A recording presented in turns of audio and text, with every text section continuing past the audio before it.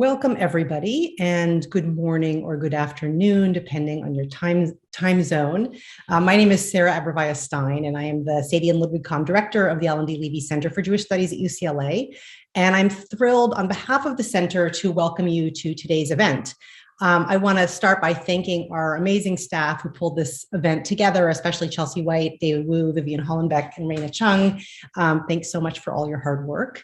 And it's really a pleasure for me to welcome you to an event entitled Rethinking American Jewish Literary Studies in the MeToo Era, or Enough with Philip Roth. This webinar is the Arnold Band Distinguished Program in Jewish Studies. And we are thrilled to welcome today 5 distinguished scholars of American Jewish literature to consider together with us how the field is and should evolve in the light of the Me Too movement and the diversification of American Jewish literature as a concept. I want to thank you all so much for staying with us as we engage in socially distant and intellectually engaged programming. And it is my pleasure as we begin the event to first turn the podium to my colleague and friend, Professor Dean Franco, who has been really a thought partner in imagining and pulling together this event. Professor Franco is the Winifred Palmer Professor of Literature in the Department of English and Director of the Humanities Institute at Wake Forest University. He is a California boy. He researches and writes on comparative race studies, Jewish studies, and literary studies. His books include Race, Rights, and Recognition, Jewish American Literature Since 1969, published in 2012 by Cornell, and The Border and the Line, Race, Literature, and Los Angeles, published in 2019 by Stanford Press, a truly wonderful account of Los Angeles literary and social culture. Dean, I'm so grateful to you for moderating this event. I invite our webinar participants to please intersperse questions in the Q&A, and after the presenters share their thoughts, Dean will be drawing on your questions and his own for a group conversation. Dean, I turn it to you. Thank you so much, Sarah and Chelsea and everybody at the center. Judging by reactions on social media to the posting of this event, Enough with Philip Roth has achieved its function as a lightning rod. Certainly, Roth's work has been so central both to Jewish American and American literary studies that it bears considering how the gravity of his work constellates some themes, histories, and critical topics while eclipsing others. The present Me Too era is enough by itself to raise the questions of Roth's centrality, but the controversy over the Blake Bailey biography really does require us as scholars of Jewish American literature to reckon with how Roth's writing facilitates misogyny while muting critical conversations about patriarchy, sexism, or gender normativity. So that's what we'll engage today and more with 4 of the most important scholars in American Jewish literary studies. I'm going to introduce the 4 panelists now, and then each will speak for about 8 to 10 minutes, and then we'll have the conversation as Sarah suggested. So first up will be Ashley Kaplan. Brett directs the Initiative in Holocaust, Genocide, and Memory Studies at the University of Illinois, where she is Professor of Comparative and World Literature and Director of Graduate Studies. She publishes in Haaretz, The Conversation, Salon.com, and AJS Perspectives, as well as contemporary literature and the Jewish Review of Books. And she is the author of Unwanted Beauty, Landscapes of Holocaust Postmemory, great book, and Jewish Anxiety and the Novels of Philip Roth. Her edited volume, Handbook to New Approaches in Cultural Memory Studies, is forthcoming, and she's working on a co-edited volume called Bluish, Contemporary Black Jewish Voices, with Anthony Russell and Sarah Feldman. And Brett is also at work on 2 novels, one of which was just put under contract. So we really look forward to hearing from Brett. After Brett speaks, Leia Garrett will present. Leah is Professor and Director of Jewish and Hebrew Studies at Hunter College at CUNY. She has published 5 books in Jewish studies, including Young Lions, How Jewish Authors Reinvented the American War Novel. And that book won the Jordan Schnitzer Award for Modern History, and it was shortlisted for the National Jewish Book Award. Leah's most recent book is X-Troop, The Secret Jewish Commandos of World War II, to be published with HarperCollins. And it is being translated into Hebrew, Polish, and Russian. Oh, it looks like it is out, excuse me. It was out in May. After Leah will be Ben Schreier. Ben is the Mitrani Family Professor of Jewish Studies and Professor of English and Jewish Studies at Penn State University. Ben's scholarship focuses on Jewish American literature, critical Jewish studies, modernism, Americanism, and intellectual culture. And he has recently begun working on a project about the history of Arab American literary study. Ben's most recent book is The Rise and Fall of Jewish American Literature, Ethnic Studies and the Challenge of Identity, published with Penn in 2020. Since 2012, Ben has served as the editor for the journal Studies in American Jewish Literature. And then finally, for our panel, we'll have Maeera Schreiber, who is Associate Professor in the Departments of English and Religious Studies at the University of Utah. Maeera is the author of Singing in a Strange Land, Jewish American Poetry and Poetics, published by Stanford University Press. And she's the author of numerous articles in journals such as AJS Review, Proof Text, and PMLA on poetry, religion, Jewish literature, and thought. Maeera Schreiber is the recipient of the Stanford Humanities Fellowship, an NEH Fellowship, and was a fellow at the Franco Institute for Advanced Jewish Studies at the University of Michigan in Ann Arbor. Her new book, Holy Envy, Writing the Jewish-Christian Border Zone, is forthcoming from Fordham University Press next fall. Very exciting. So we're going to start with Brett, going to speak for about 8 to 10 minutes, and then we'll move on. Go ahead, take it away, Brett. Hello, everybody. Can you hear me? It's so weird just talking to a computer. I'll just assume you can hear me unless Chelsea dings me and tells me that you can't. I want to say thank you to Sarah for this lovely invitation, and thank you to Chelsea and David and everyone else who helped to put it together. It's really lovely to be in this company of scholars of Roth and Jewish studies in general. So I'm going to read just for, a few minutes, 8 to 10 minutes. This is a piece that I wrote soon after Roth passed away, and it's in a memorial issue of Philip Roth Studies, and it really tackles the question that Dean said we were going to be talking about, which is Roth's relationship with misogyny. The title is How Many Feminists Does It Take to Screw in a Light Bulb? You may not believe this, but Portnoy's Complaint is my favorite Roth novel, followed closely by Sabbath's Theater, Operation Shylock, Plot Against America, and The Human Stain. As a feminist, it's quite a confession to avow that 3 of my favorites contain some of the most problematic women characters and most excessive and zany sexual content of any in contemporary Jewish American literature. But the truth is that some of Roth's women characters embody what would be called much later consent culture. They actively express unbounded desires in ways that crack open certain expectations that some recent commentators like Kitty Stryker and Laura Penny argue paradoxically can fuel rape culture. While the monkey, and I'm just going to assume as I'm talking that people have read Portnoy's Complaint, this is really focused on Portnoy's Complaint and the character of the monkey. And just briefly, I don't want to take a lot of time with plot exposition. Portnoy's Complaint is a monologue from one Alexander Portnoy to his therapist, Spielvogel. And it's really a novel-length rant. It's absolutely hilarious. And he has a relationship during most of the novel with this woman who he dubs the monkey, not unproblematically dubs her the monkey. While the monkey, unfortunately, still embodies the virgin whore dichotomy and still maintains the stark divide in Roth and other writers' work, wherein smart women are hardly ever sexy and sexy women are hardly ever smart, her character is to be credited with offering ample consent.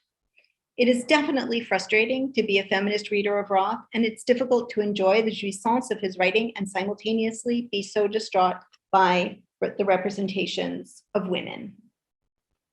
By focusing on the monkey, I demonstrate how Roth's return to William Butler Yeats's Leda and the Swan at the end of Portnoy's Complaint, where Portnoy takes the structural position of Leda, uncovers the anxieties of Jewish masculinity.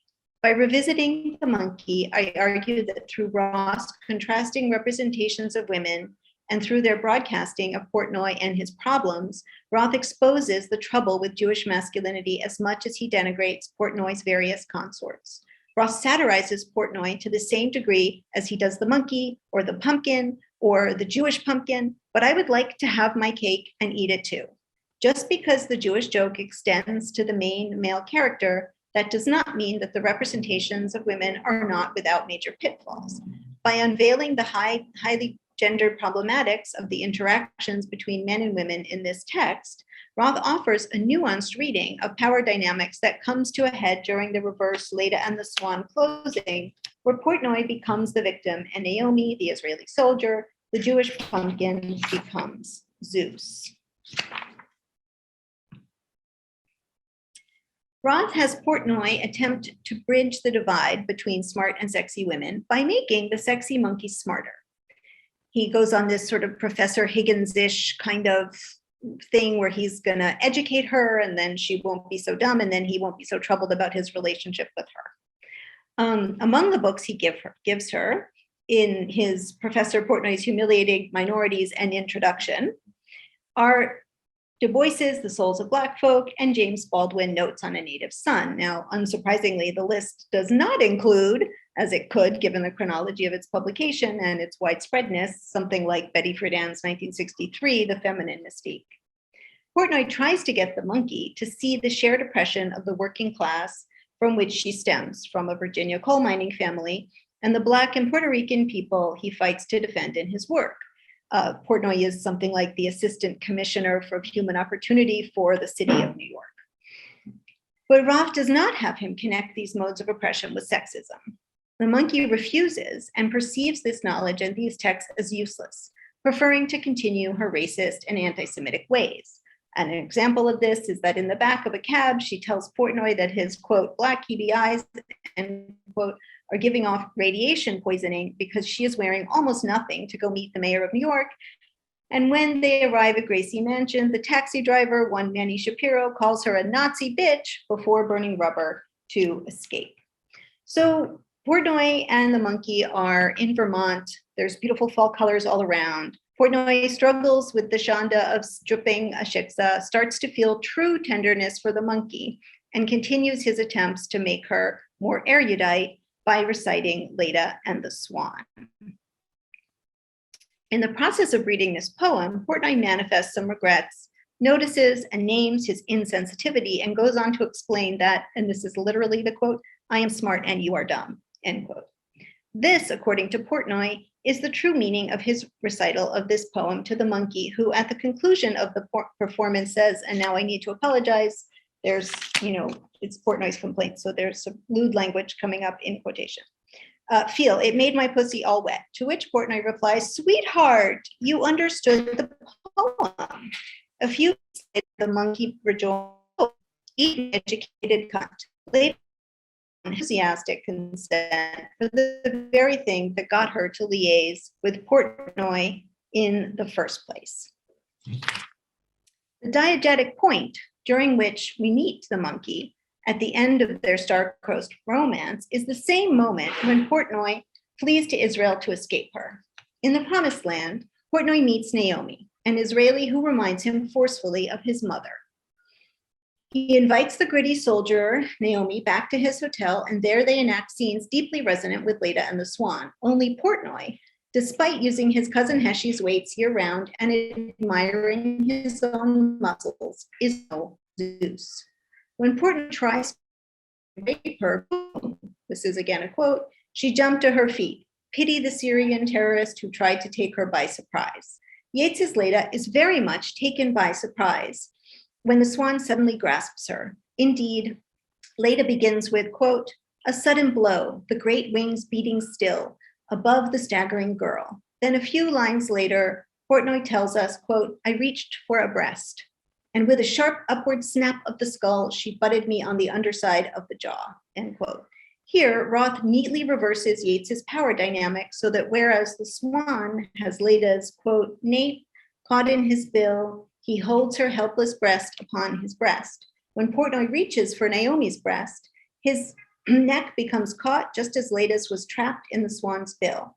Then, as Portnoy continues to try to master her, he imagines telling her to unlock your fortressy thighs, open wide that messianic Jewish hole. This strongly resonates with Yeats's question, how can those terrified vague fingers push the feathered glory from her loosening thighs?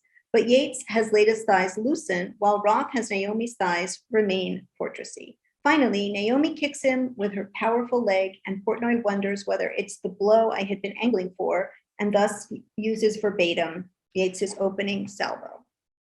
By reversing the power dynamics in Yeats's poem, Roth has the character of Portnoy, a fallen, psychoneurotic Jewish man, reveal the vast difference between Goyish masculinity and diasporic Jewish American masculinity that simply cannot take and cannot rise to the occasion of powerful Jewish women.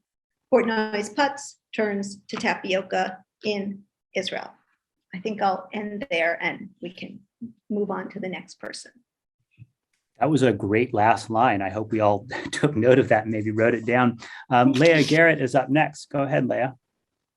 Hi, everyone. Thanks for coming. And when Sarah told me about this, this program, I was really excited. So I'm really pleased to be here. I'm not going to read notes. I'm just going to talk briefly about 2 points related to this discussion. One is more anecdotal, and one is sort of a broader opinion I have about how we deal with Jewish writing in the MeToo movement. So more anecdotally, so when I came to Hunter 4 years ago, I became close friends with someone at Hunter who has been referred to as one of Roth's women, one of the women who was friends with Philip Roth throughout his life. And on his deathbed, one of the many women who were with him in his final days. And as I've been friends with her, when Blake Bailey came to do his interviews with her for his biography of Roth, I said to her, so what do you think about Bailey? What do you think about this biography? Because at the same time, also Steve Zipperstein, who I am friends with, was coming to do the interviews as well. And this person said to me, which I thought was sort of, it's an obvious and banal point, but it's something I think is important that we remember, which is she said, in the end, Blake Bailey will write whatever he wants to write because really this is going to be his biography and his story more than Roth's. And that was the opinion of one of the women that was written about. And so when I read the biography, what I kept telling myself about the portrayal of the woman in the biography was my close friendship with one of these women who is the toughest, most strong as nails, woman with complete agency I've ever met in my life. And that she had been one of the women who was close with Roth throughout his life. And I would say was most profoundly disappointed by the way that Roth drew the women in the book. That Bailey drew the women in the book and drew Roth as well. So that's a more larger anecdotal comment about how biographers, we all know, write their own stories as much as the story of the person they're writing about. And that's why I'm looking forward to Zipperstein's book, because I think it will be a very different take on all this. But I want to talk now more directly about the issue of Jewish writers in the Me Too movement. And again, I'm going to start by being a bit anecdotal about coming to Hunter about 4 years ago. My kids go to a New York City public high school where I would say probably 85% of the kids are Black and Latino. There's almost no Jewish kids. There's almost no white kids. And as part of their learning there, they read a lot of Junot Diaz. Now I'm going to talk about Junot Diaz, and then I'll weave it back to the issue of Jewish writers. And whenever I would ask my daughter's friends, almost all of whom were Dominican, and Junot Diaz, for those who don't know, is a really important Dominican writer, what's your favorite book you're reading in this high school? They would always say Junot Diaz. The girls would say it as much as the boys. Why Junot? Well, he's writing about our experiences. He's talking about the treatment of women, all of these reasons that he really tapped into their lives and expressed what they thought was true. At Hunter as well, where we have a very similar demographic where 85% of our students aren't white, where almost all of them are first in college, I had made it a really important thing, especially watching my kids and their friends' reaction to Junot Diaz, to teach Junot Diaz in my courses, particularly my immigrant literature courses. And when I was teaching him a couple of years ago, literally teaching him in my class, the news broke all over the newspapers around the country that Junot Diaz was being Me Too'd. And what had happened was that a graduate student had said that he had forced her to kiss him. So he was immediately kicked off the Pulitzer Prize committee, which he served on. And I personally felt completely confused, and I didn't know what to do because I knew how important Junot Diaz was to my students. And I also knew that my kids were reading him in the high school, and I was really curious what the high school was going to do about this as well. Fortunately, within a very short period after this person came forward, a letter appeared in the Chronicle of Higher Education from about 30 Latina and African-American women scholars, in which they wrote a letter in which they said, I'm going to do a quote from the letter and then I'm going to unpack it for my next few minutes. The letter says, we're not here to discuss what they're saying about Junot Diaz. We're not here to discuss what he may or may have done. What we're here to do, though, is to point out that Latin and African-American men, I'm going to do the quote now, that we need to be aware of his ethnicity in this. They said in the letter, the resulting characterization of Diaz as a dangerous and aggressive sexual predator from whom all women must be protected reinforces racist stereotypes that cast Blacks and Latinxes as having an animalistic sexual nature. So what I want to say here, and by the way, he was teaching at MIT. They did a full research into any allegations. He was cleared, he still teaches, and I still teach his books, though I talk about this. But what I do want to argue here is that Jewish men, like Latin and African-American men, are often drawn, as we know, as hypersexualized. And we know that Philip Roth did this himself, so this makes the matter even more complicated. But what has happened over the last few years, not only with the MeToo movement, has also been the Karen movement, with this idea of challenging sometimes not women, but positioning of people when they make claims about things.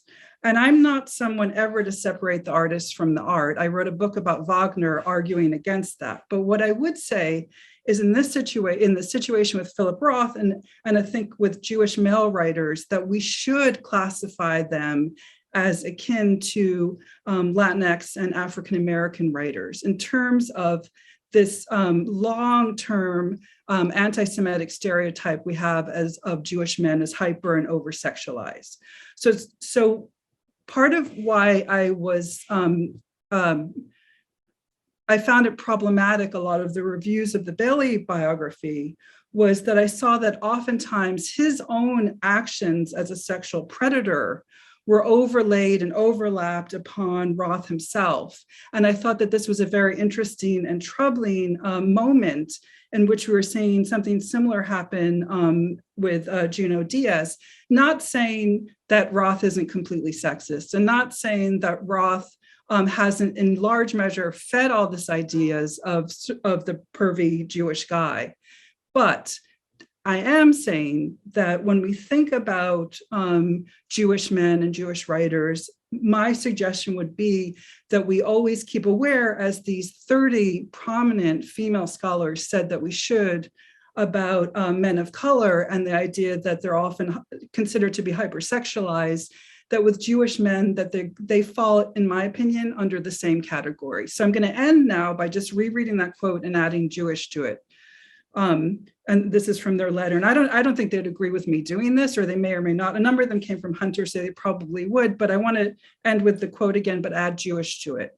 So the resulting characterization of Diaz as a dangerous and aggressive sexual predator from whom all women must be protected reinforces racist stereotypes that cast Blacks and Latinos and Jews as having an animalistic sexual nature. So my challenge about the Blake biography that I saw a lot of my colleagues and the public do was laying over this white Anglo-Saxon male sexual predatorness upon the Jewish pervy Philip Roth. Thank you. Leah's presentation layered in 2 or 3 really major talking points that I hope we can pick up in the conversation following. Next up is Ben Schreier. Ben, go ahead and take it away. Thanks again to everybody. Just to reiterate what everybody's been saying, and I too am very excited to be here.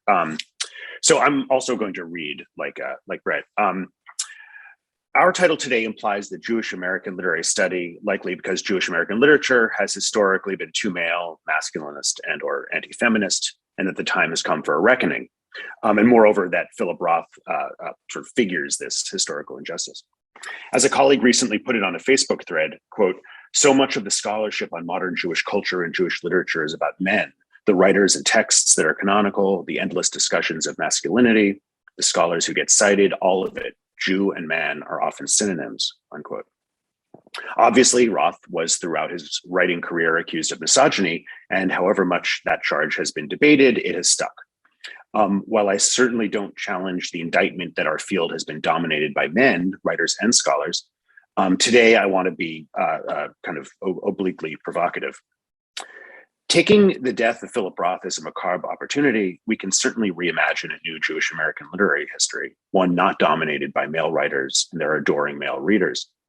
But we might also want to legitimize a parallel strategy and think critically about dominant modes of literary history that emphasize the people writing literature rather than the work done by literature.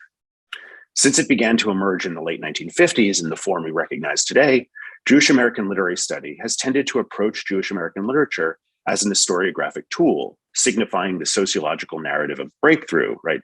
The sort of cliched, the emergence of Jews out of the immigrant ghetto and into the mainstream of American social and cultural life. And of course, Roth, whose 1959 National Book Award winning book, Goodbye Columbus, was transformative, was one of the key figures around which that kind of narrative of breakthrough coalesced. And the field coalesced around him as well. The gravity of representative figure-based thinking in this context is difficult to escape. Our webinar's title's naming of Roth offers an opportunity to think about the synecdochic vectors crisscrossing Jewish American literary history and its study. Roth for Jewish American literature, Jewish American writing for Jewish American history, Jewish men for Jews. Here we might address Blake Bailey's aforementioned recent biography of Roth, which has similarly come to circulate as a kind of metonymy, Bailey's predatory behavior taken as somehow appropriate to his subject, as Leah suggested. Something I'd like to avoid is the moralizing reflex behind a comment like the one I saw on Facebook in late April, right after the accusations and revelations of grooming and rape came out, posted by a literary scholar, the gist of which was that the biography was good until it became clear that the author was a monster, at which point it became bad. One detects self-preservation in the move, admittedly, but that's also the point. A kind of intentional fallacy runs palpably through most of the reviews I've read of Bailey's book, and most of which notably appeared before the allegations. Judgments of the book manifest in judgments of Bailey, which themselves find buttressing succor in allied judgments of Roth. Now, of course, some of this is to be expected. An author writes a book, and judgments of the book's quality inevitably resolve as judgments of the author's skill. But I'm pointing towards something I think different. A trend among the reviews is for judgments of the book's quality to present as judgments of character. Thus, one of the negative reviews that made the rounds was Laura Marsh's in the New Republic. She sees a fawning Bailey complicit with a sexist Roth, and the review proceeds largely as an indictment of Bailey, whom she accuses of being an adoring wingman, brilliant phrase, in defending the acclaimed author's abusive womanizing. Parul Segal in the New York Times echoes this line, wondering why Bailey sacrifices attention to Roth's work to defend Roth's behavior. As she writes, quote, "At just under 900 pages, the book is most thoroughly a sprawling apologia for Roth's treatment of women on and off the page, and a minutely detailed account of his victimization at the hands of his two wives. Bailey's proud refusal to seem prim or judgmental blossoms into a troubling tendency to join the fray. It's strange to see a biographer get his own shots in at a despised ex-wife," unquote. On the other side of the ledger, David Remnick in The New Yorker is pretty explicit about defending Bailey via Roth. Quote, "Bailey is industrious, rigorous, and uncowed. As Bailey's biography is scavenged for its more scandalous takeaways, some readers may find reason to shun the work, whatever its depth, energy, and variousness. And yet the exposure here is the same self-exposure that Roth always practiced. He revealed himself to his biographer as he once revealed himself to the page," unquote. Cynthia Ozick, a rare adamant Roth fan among the neocons and neocon proximate, writes in the New York Times of Bailey's imaginative capacity to allow Roth to shine through. Bailey's, quote, "comprehensive life of Philip Roth is a narrative masterwork both of wholeness and particularity, of crises wedded to character, of character erupting into insight, insight into desire, and desire into destiny. The biographer's unintrusive everyday prose is unseen and unheard. Yet under Bailey's strong light, what remains on the page is one writer's life as it was lived and almost as it was felt, unquote. The fundamental shared argument of the condemnatory reviews of the biography is essentially that that Bailey is too much the partisan, his biography too willing to take Roth's side. Marsh and others cite a lifelong rap sheet of offenses committed by Roth and excused by Bailey to support the indictment of Bailey's bro-ish complicity in Roth's misconduct. And indeed, Bailey does seem mighty comfortable contemning the women in Roth's life, with the obvious exception of Saint Bess Roth of the Blessed Jewish Mother. The inverse is at work in the enthusiastic reviews, which mostly leverage an ingratiating portrait of Bailey for advantageous access to Roth. An egregious example of this tendency comes from Mark Oppenheimer, senior editor at the Tikva Fund fifth column tablet, in a New York Times essay, which admittedly is more an admiring profile of Bailey than, strictly speaking, a review of his book. And I won't quote it, but just trust me. I dwell here in the interest of illuminating an identification affect that runs through so many of these responses to Bailey's biography, just as it runs through so much professionalized writing and thinking about Philip Roth and about Jewish American literature. Writing in The Nation, Katha Pollitt explains that she was initially reticent to read the Bailey biography, though, quote, she enjoyed some of Roth's novels a lot, unquote. She always objected to the, quote, emotional identification so many literary men of my acquaintance, unquote, felt they experienced with Roth. Nonetheless, she admits that when Norton decided to pull the book, she went out and got a copy. For Pollitt, the charges against Bailey, together with the unctuous masculine solidarity with Roth he tried to broadcast in pre-publication interviews and represent in his book, makes it harder to see Roth as, quote, analyzing misogyny, unquote, a frequent claim of Roth's defenders, yours truly among them, than, quote, actually being a misogynist himself, unquote. While she does not support disappearing the book, the whole affair leaves her, quote, depressed and discouraged, unquote, about the literary world. Quote, the accusations against Bailey sting because they rhyme so closely with the often dismissed view of Roth as contemptuous of women, sexually exploitative, vengeful, and narcissistic, unquote. Ruth Franklin points out in an opinion piece in the Times that significant questions about access and bias arise when the flow of information about a privileged figure is controlled by a privileged gatekeeper, especially one around which confidentiality capital can accrue, as is the case with Bailey and Roth. And these questions have a particularly gendered salience given the overwhelmingly male history of biography writing. Pollitt uses the phrase manly self-delight to portray Roth's predominating affect, and she describes Bailey's relationship to Roth as one of hero worship. That sounds about right to me, and if we should disdain such an affect in the best of situations, it's really pernicious when it fertilizes in the manure pile of toxic masculinity. This worship seems a perfect site through which to critically approach the problem of what we're supposed to do with Roth in Jewish American literary history. Perhaps what this latest Roth-related scandal does best is bring into focus the critically dangerous draw of ad hominem and representative thinking. The issue, obviously, shouldn't be an intellectually debilitating binary opposition between reading the work of saints and consigning the work of sinners to the dustbin. It's a matter of what to do with knowledge, which is always implicated. Addressing literary history's many institutional injustices obviously demands more than announcing one's having had enough with Philip Roth. For starters, I recommend we jettison bourgeois identification value from our literary historical toolbox. Literary history's romance with representative figures crossed by Roth the antagonist. This is the ground on which critical literary history will debate Roth, whether by way of defending or contesting him. As the scandal of Bailey's criminality has overwhelmed the possibility that his biography might signify anything else, it's tempting to focus our attention alongside this reversal on the fact that Roth has always overdetermined the possibility of reading Roth. Thanks. Thank you so much, Ben. I'd be quite intrigued when we have our conversation to know how Leah and Ben are hearing one another, because I'm hearing both a lot of resonance, but also some departure. Next up is Maeera. Let's hear from you, Maeera, and then we'll move on. Thank you. So I want to begin by adding my thanks to all the organizers. Some years ago, I had the deep pleasure of studying with Professor Band, who became a friend and a mentor. So it's really an honor to be here. So yes, we may decide that we've all indeed had enough of Philip Roth, although I'm beginning to hear otherwise today. But before we move on and start proposing alternative figures or canons, I'd like to think with you a bit about what Roth might mean for thinking about American Jewish writing in a distinctly Jewish vein. This isn't, of course, the first time the topic has been broached, but it's the first time that I've had a chance to look at it, although in retrospect, I wonder why. After all, although I write primarily about poetry, I certainly teach Roth, but I've been looking at the controversies a bit by sitting on the sidelines.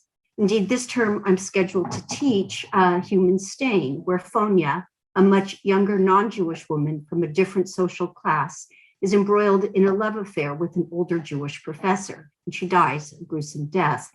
So for me, this discussion couldn't come at a better time. I'm curious why it's taken me so long to stop and question why and to what end I do and will teach Philip Roth, who died in 2018. The same year, by the way, that news of Rabbi Shlomo Carlebach's sexual assaults came fully to light and faced a harsh rebuke. Indeed, in some communities, there's still a moratorium on his music as we process his legacy. But when it came to Roth's legacy, there hasn't been nearly the same kind of scrutiny, I don't think. Of course, you will say not the same thing. Roth was a fiction writer. He might have been a master when it came to imagining abuse, but not a perpetrator. To be sure, there are those on this panel and who have made strong critiques. And I was reading most recently, reviewing the brilliant essay by Vivian Gornick, Radiant Poison, Saul Pellow, Philip Roth, and the End of the Jew as Metaphor.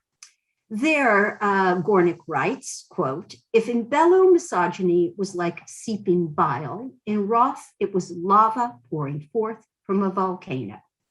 And then she continues, "In Portnoy, the reader could believe that the women are monstrous because Portnoy experiences them in monstrous. In all the books that followed over the next 30 years, the women are monstrous because for Philip Roth, women are monstrous." Radiant poison indeed. Poison that we've been, I think, mostly left alone to step over or around. That is until 2021, when the Bailey biography set off a firestorm, fueling all kinds of long overdue conversations, including this one today. Curious, it takes the alleged crimes of a biographer now facing multiple counts of aggravated sexual assault to make space for serious reckoning of his subject, an author who has subjected his readers to any number of finely wrought misogynistic portraits and passages. So now here we are, obliged to subject one of our own to the kind of rethinking that we have done when it comes to teaching other problematic, a soft term I know, writers like Pound, Eliot, or Conrad.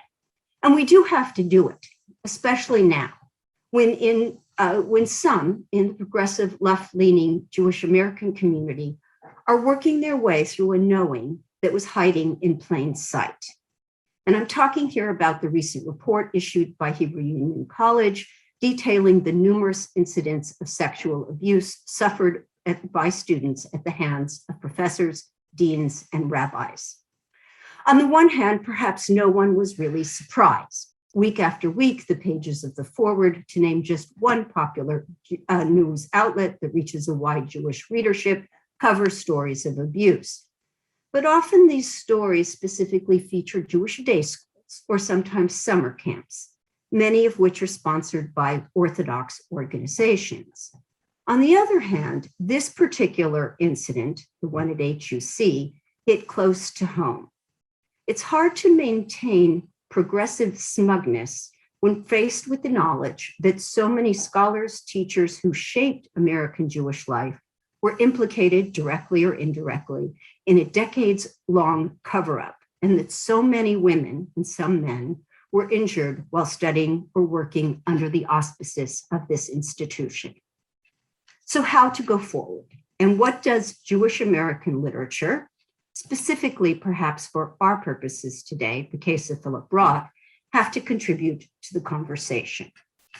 One answer, only one among many, may be found by turning to the ground breaking work of feminist theologian Rachel Adler, who's known for taking on Jewish legal systems, commonly known as halakha, in service of crafting a Judaism that is fully accountable to an ethical world where gender justice is a secure norm.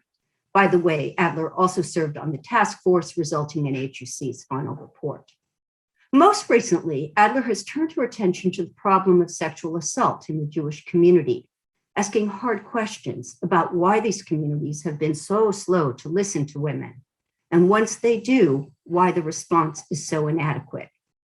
But not content to leave it there, Adler asks, what will it take for the system to change?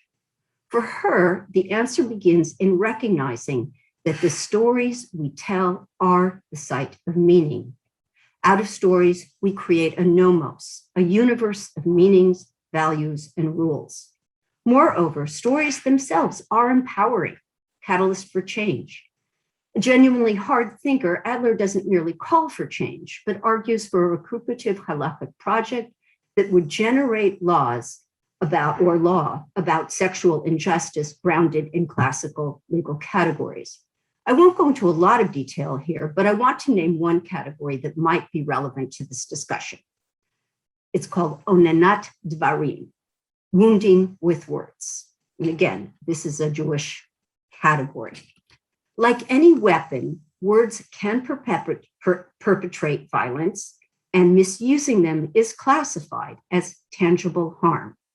Now, you'll say, we're talking about stories, fiction, not truth, but we know the power of stories. We know how novels, stories, Ozek's I just taught her, which comes to mind, can make people sit up straight and see things in a whole new way.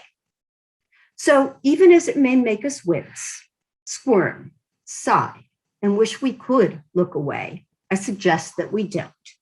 Instead, let's be open to what legal scholar Shira Berkovitz calls the cognitive dissonance, the discomfort, the disbelief that we must work through in order to have meaningful discussion and ultimately take action.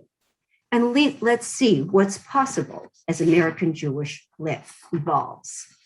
To put it another way, there's a well-rehearsed story about Roth's response to being denounced by Yeshiva University for his story, Defender of the Faith. Initially, Roth resolved never to write about Jews again. He quickly changed his mind, saying, "My humiliation before the yeshiva belligerents, indeed the angry Jewish resistance that I aroused virtually from the start, was the luckiest break I could have had." So by denouncing him, we made his career. Now, maybe it's his turn to return the favor and provide us opportunities for robust discussion about gender justice. Thank you very much, Maeera. I want to invite all the panelists to turn on their cameras and we'll have a discussion. You can turn your mics on too. First, I think maybe we're all a little surprised by how much congruence there was amongst the talks. And I'd like us to maybe comment on like what we agreed with amongst one another's talk. I'm especially interested if we could start with something that Leah was suggesting. Leah, if I heard you right, it sounds like you were saying that Bailey is a bad reader of Roth and that Bailey's a bad copy of Roth in his sort of unself-critical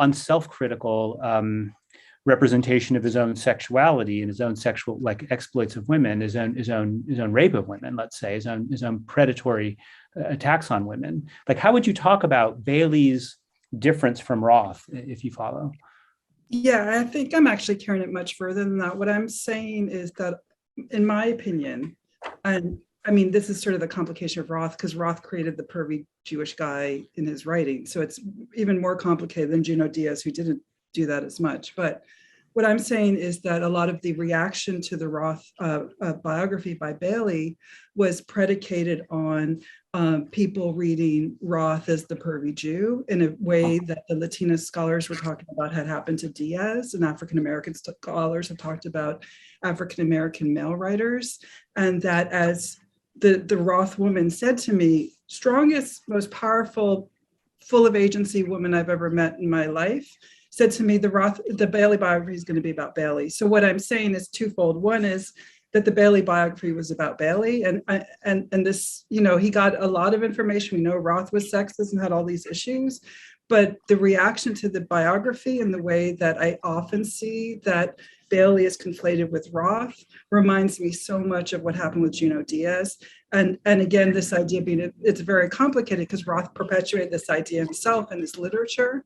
But I really wish more that people would do, and this is what I think Ben was suggesting as well, which was be much more conscious of the difference between the subject. And particularly when we're dealing with a Jewish man, think of that subject within the terrain of ideas of people of color, particularly men of color, often being sort of overlaid with this idea of hypersexuality. And I think that's what's happening with Roth. And Ben, you were suggesting that Roth is being conflated with Roth, and that's part of the problem too. But to find maybe a point of difference with you and Leah, I mean, fundamentally, Leah's asking that we have a kind of historical perspective about the stereotype of Jewish sexuality and Jewish masculinity, but you're arguing for a different kind of historicism or an abandonment of historicism as it currently operates in literary studies. Is that right? Sure. I mean, like I was saying, we were sort of chatting a little bit just amongst us. I think that, maybe more so than Roth, but certainly the Bailey biography is, I think, super fascinating for the way it's read symptomatically. Like it is now impossible, right? It's impossible. I mean, I want to say it's impossible to read it on its own terms. Certainly now. That said, I also don't think really anything can be read on its own terms. So, yeah, I mean, I just feel like nothing. I guess what I'm pushing against is a mode of reading that assumes that the reading is innocent, right? Like, I just, I think reading, I don't disagree with what Leia was saying, that, we need to read Jewish writers in the context of the kind of anti-Semitic stereotypes and libels that have kind of circulated around the Jewish figure in the West. That's just not that's not my focus. I just think that like readings have to be aware of themselves as readings. And I think we need to exercise that kind of responsibility when we read critical work or biographies. And we especially need to be aware, exercise that kind of responsibility when we're reading literature. That's what I mean. I think that's where we diverge. I don't think it's a disagreement necessarily, but I just want to jump into. It's really interesting to me, Leah, that you are making this bridge with Junot Diaz and talking about your experience of teaching Diaz, because I actually had almost the sort of polar opposite experience when a few years ago, before the pandemic, when we were teaching in person, I was teaching a class, and the frame is we have this U.S. minority cultures requirement, and so this is a class sort of tailored to that, and the title of the class is something like Jewish American and U.S. minority literatures in dialogue. So I taught a Diaz novel. It was the Oscar Wilde one, and one of my students said, "You can't teach this ever again. This is totally triggering his, hyper masculinity, and the way that women are represented is totally problematic." And and I had already framed the novel within what had already happened to Diaz at that point, but what you're saying is that the people who are reading him are so sort of enamored, and it's important, and all of this, which both things are true at the same time, but it's just interesting that there's this totally different reaction. And also on the conflation of Roth and Bailey, it's been fascinating because many of us have already just, it's a little Freudian slip, but of course, sometimes a cigar is a cigar and sometimes it isn't. We've already in our dialogue conflated Roth and Bailey several times, right? Which is, symptomatic. Maeera, I know you have to leave a few minutes early, so I wanted to ask you to jump in. Specifically, I wanted to ask about the end of your presentation. If I understood you right, you were saying that it is in the language of the literature itself that we can find the material we need to pull open the threads of a kind of toxic sexuality. And that were you going so far as to say that Roth is a good site for doing that kind of work? It might be. It may well be. I think it has to be picked carefully and with full knowing that it could be very challenging. I was talking to a colleague of mine who teaches at Wellesley, and he says teaches Jewish American literature, and says he doesn't teach it at all anymore because his students are mostly women. And he just finds the thicket is too much to get. All of Roth or Portnoy? Sorry. To talk Roth, any Roth. Any Roth. So problematic. But I'm listening hard to the conversations, and I want to think about a way to teach.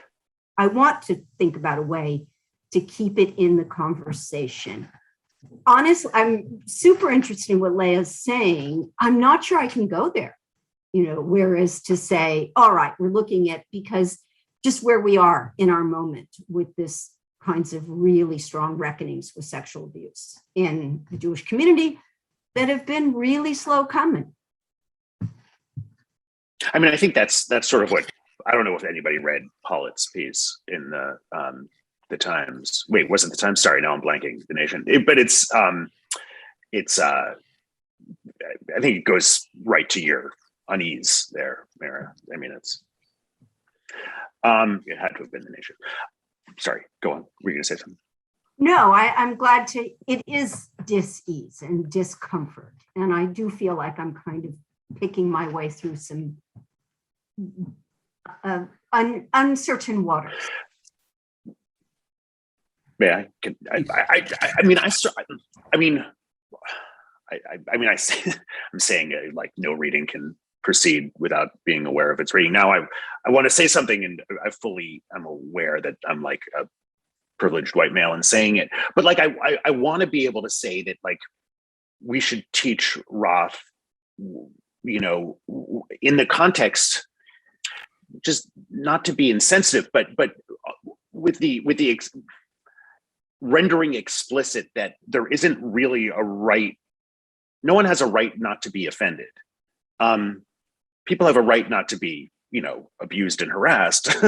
I don't think they have a right not to be offended. And like, so part of me, like, I want to be able to say that, teaching, in this post era, we teach with that in mind and sensitive to it. We're sensitive to what that means. I want to make sure Brett can speak to this question, because I think this is where you were going with Portnoy, is that you are balancing both Roth's, what you perceive as Roth's inquiry into Jewish stereotypes with his perpetuation of those stereotypes, and then added into the mix is this always problematic question of what he can and can't see on his own behalf and in his own work. Is this what you're getting at here too? And then maybe that also plays into Ben's last line here, which is like, people are going to be offended, but who's in charge of that offense? Is that something you have to manage, or is we just put it on Roth and leave it at that? Yeah, I think this is really interesting. And Maeera, I really like what you're saying about, you need to sort of tread through this. And it is a very kind of, troubled mind landscape that we're walking through as we try to sort of dissect it. And, I struggled for a long time when I was writing the Jewish Anxiety, the novels of Philip Roth book, about this question of, Roth is misogynist. And I feel as though I used to just be able to say, oh my God, misogynist writer, and just throw him away. But then as I started to read more and I was doing more research and just coming back to the text, I actually started to see that, yes, in a lot of times that's totally true. But what I also try to argue is that actually he starts to unpack so much about Jewish role, and particularly the anxieties of Jewish masculinity, that there's a lot of things that can be pulled out that I think are really interesting. And I do think it's important to think about consent. and obviously Bailey, I don't know what to do with the biography at all, because, right, I mean, Bailey is, talk about your, monstrous women. Bailey seems to be, I read one of the very long and very moving, I think it was in Long Reads or something, essays written by one of his victims. And, I think it makes a lot of sense to sort of discount the biography because of him, but I also think the biography might yield some interesting stuff. I haven't read it all the way through. I have it and I've looked through it, but so I don't know what to do with the Bailey biography, but I do think there's value in looking at what Roth is doing with these two questions of consent and with Jewish masculinity, and how he's both exploding, unpacking, exploring kind of undiscovered elements of Jewish masculinity, or just masculinity in general, that I think.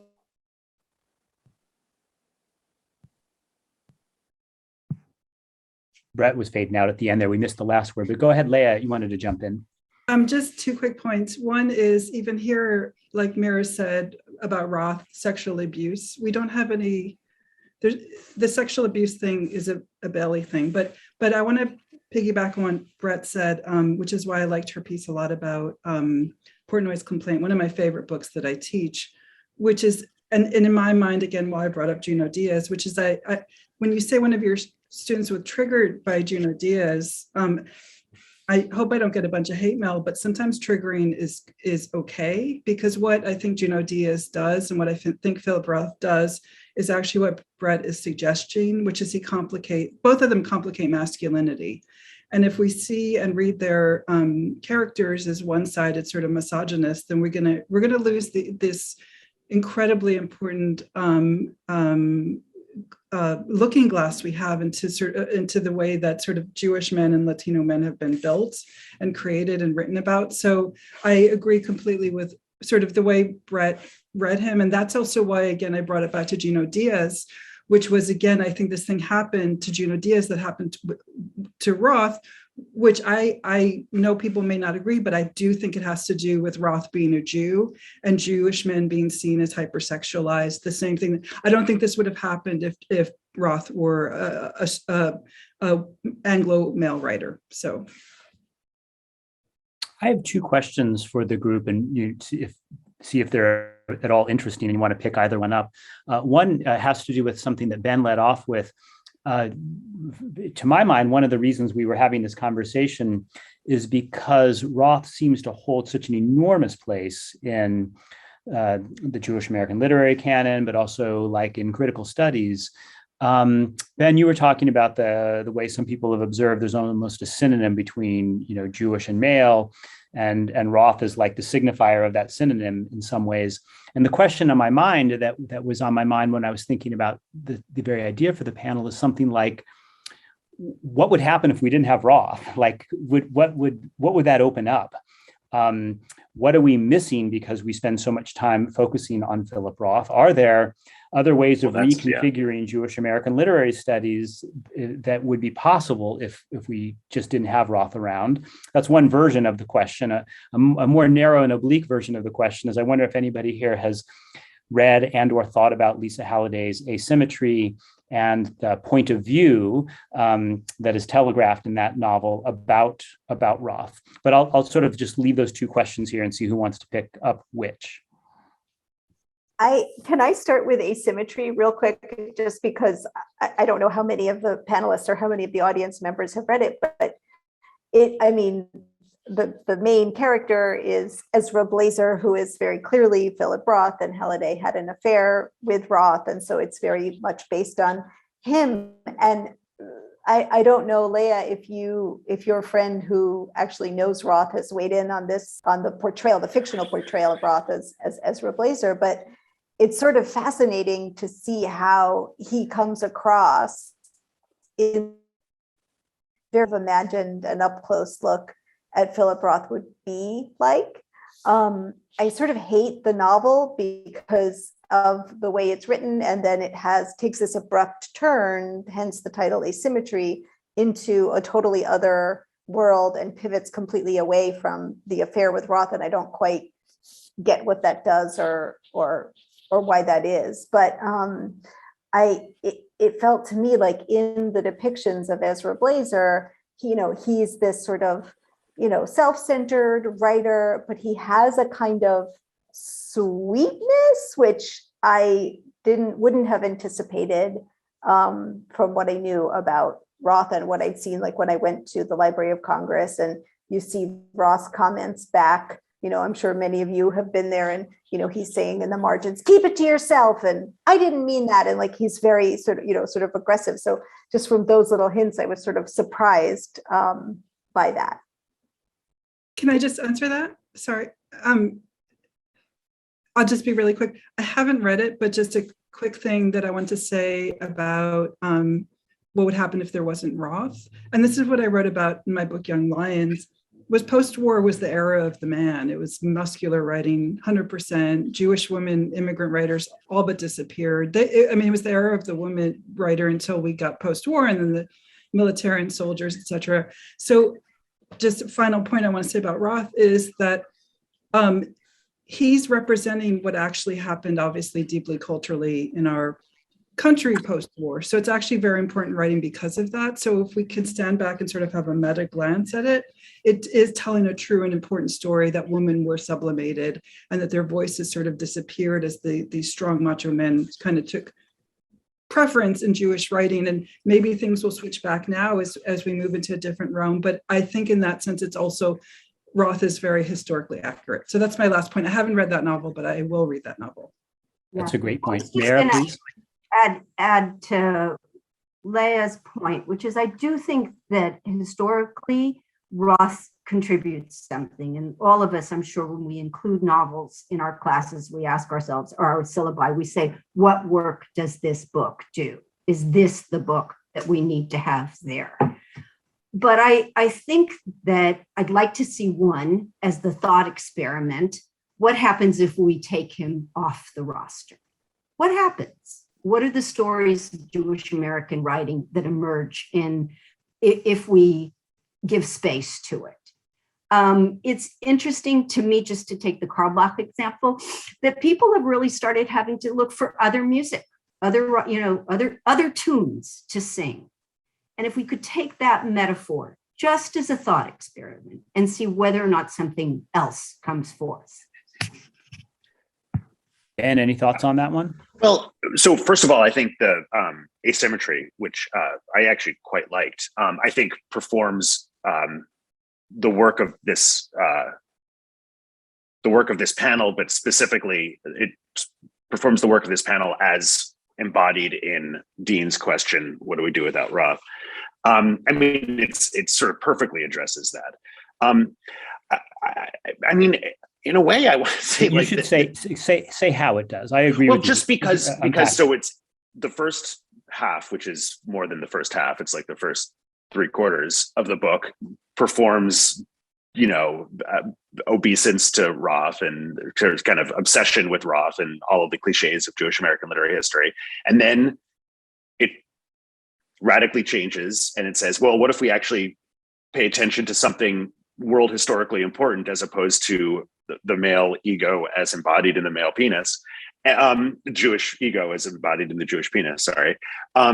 And starts doing this other thing. And all of a sudden, all these people who are reading it for Roth are like, wait, what's this about? What's going on here? And I think it's just it's interesting to read as a critical text on Jewish American literary history. And for that, I think it's brilliant. I will also say that I found the first part eminently more enjoyable, as Brett was suggesting, than the second part, but intellectually, I think it's fascinating. But also, I don't know, I just think the question, like, what do we do without Roth it's a utopian question, and I'm not sure what it does. Like, the fact is that Jewish American, as I was trying to suggest, Jewish American literary history grew up around Roth. The field grew up around Roth. I'm not trying to say that we need to, be obedient to him. I'm just saying we need to recognize that fact, and asking what Jewish American literary history is without Roth is it's a thought experiment without a. I don't want to say it's without a purpose. Obviously it does. It actually does really interesting work. I just don't know what don't know what we're supposed to get from it. I'm not saying you have to teach Roth. I don't know. There's something about it rubs me the wrong way, because I feel like it seems reactionary, I guess. It is reactionary in one regard. I mean, obviously. The version of the question that I want to stick with is that it actually is in the grain of a lot of your critiques, which is that there becomes this kind of self-reinforcing loop of identification between an author, the text, and the critical response to the author and the text. So that regardless of what's happening out there in the world, we look for Philip Roth to give us the answers, and we end up just perceiving in Roth things that we, we're projecting onto Roth. Yeah, yes, I agree. Do you want me to say more? Only if you have more to say. No, but absolutely. Something. Please, Leah. It's so interesting, honestly, to hear Ben talk about this stuff, because I know, Ben, your stuff has been against literary history, and I'm 100% a literary historian. I do everything through the lens of history. I look at literature through the lens of history. I'm writing books about history now. And it's very strange and interesting to find, I think, that we're arguing a similar point, which is the literature is constructed in a historical era, and this speaks the truth of that era, which is that women are marginalized, machismo writing prevails, and as Brett said very astutely, but within that you can unpack it and pick at it and sort of see ideas about gender that are really deeply important. So it's interesting to me, because to be stand on complete opposite theoretical poles, but be making the same argument, or similar arguments. Yeah. Friends, do we have anything else we need to discuss? It looks like we're not done with Philip Roth, and we haven't had enough. And it's all over, but the return to the critical center. And again, here we are talking about how we talk about Roth, and so Roth gives us this lens to reflect on our own critical practice. That's what I would like to, ditto. Yeah, I mean, I can't even imagine American literary history without Roth. I mean, as Ben said, he so dominates. And I was trying to think, what would be left out? And I feel as though an intimate portrait of Jewish life in Newark, for one thing, which is a kind of microcosm of Jewish life of Roth's era, which of course is really the generation of my parents, so it's long before the experience that I had growing up not very far from Newark, on the Upper West Side of New York. So it seems like that there would be a lot lost without Roth if, it was like, what's that film with the guy who comes up with the Beatles? You wake up one day and there's no Beatles anymore. If there's no Roth anymore, and also I think a lot of important stuff that he does in books like, Plot Against America, where I think there's a really fascinating look at fascist America, which, I hate this idea that it was in some way prescient of the Trump era, but at least once we got to Trump and then we were able to reread Plot Against America during Trump was a fascinating experience in and of itself, to see what a kind of that emergence into, strictures and reductions on free speech and so on and so forth were, starting to get a little bit scarily close to the counterfactual there. So I think we'd lose a lot without him. Agreed. Sorry, can I add one more point on that losing stuff? So when I teach him to my Hunter students, I would say 95% of my students at Hunter are urban kids who born and raised in cities. And whenever I teach him, the comment is so always spectacularly similar, which is, oh my God, is that what the suburbs are like? So the other thing that Roth offers my students, and they love him for it, is this weird exotic examination of suburban life, which they don't know for, but when they read it, they know that they're there. So just one more point. I just want to clarify. Yeah, that's hilarious, I think. I don't think Newark is the suburb. Sorry, go ahead. It's the suburbs to these kids, Brenda, and yeah. Well, yeah, the suburbs of Newark. I want to clarify. I'm not at all arguing for like Roth exceptionalism. Like, I don't think he does. I mean, if he wasn't around, like we'd have Bello. Like we get most of it anyway, you know, and any of the other big guys. Like I don't, and like the fascism stuff we've had, you know, up to Sinclair. I don't want. I'm not saying that he's an exceptional figure that we lose something. It's just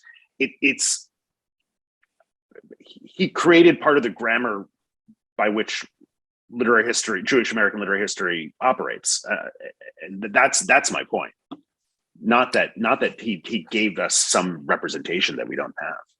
I think that's a beautiful point and a great point to end on, taking into account what else has been said today. Part of our work as critics is to continually learn that grammar and to read better and better so that we understand what he had to say. I want to thank everybody here, the entire group, for their fantastic presentations and for this really rich conversation. And I really want to thank Sarah for pulling this group together so that we could have this talk. Thanks to everybody who attended, and thanks to the Leve Center as well as the staff of the Leve Center for making this happen. Thank you all. Thanks, Dean. Thanks, Sarah. Thanks so much. It was super fun. That's great. Thank you so much, everybody. Bye, friends. Good to see you all.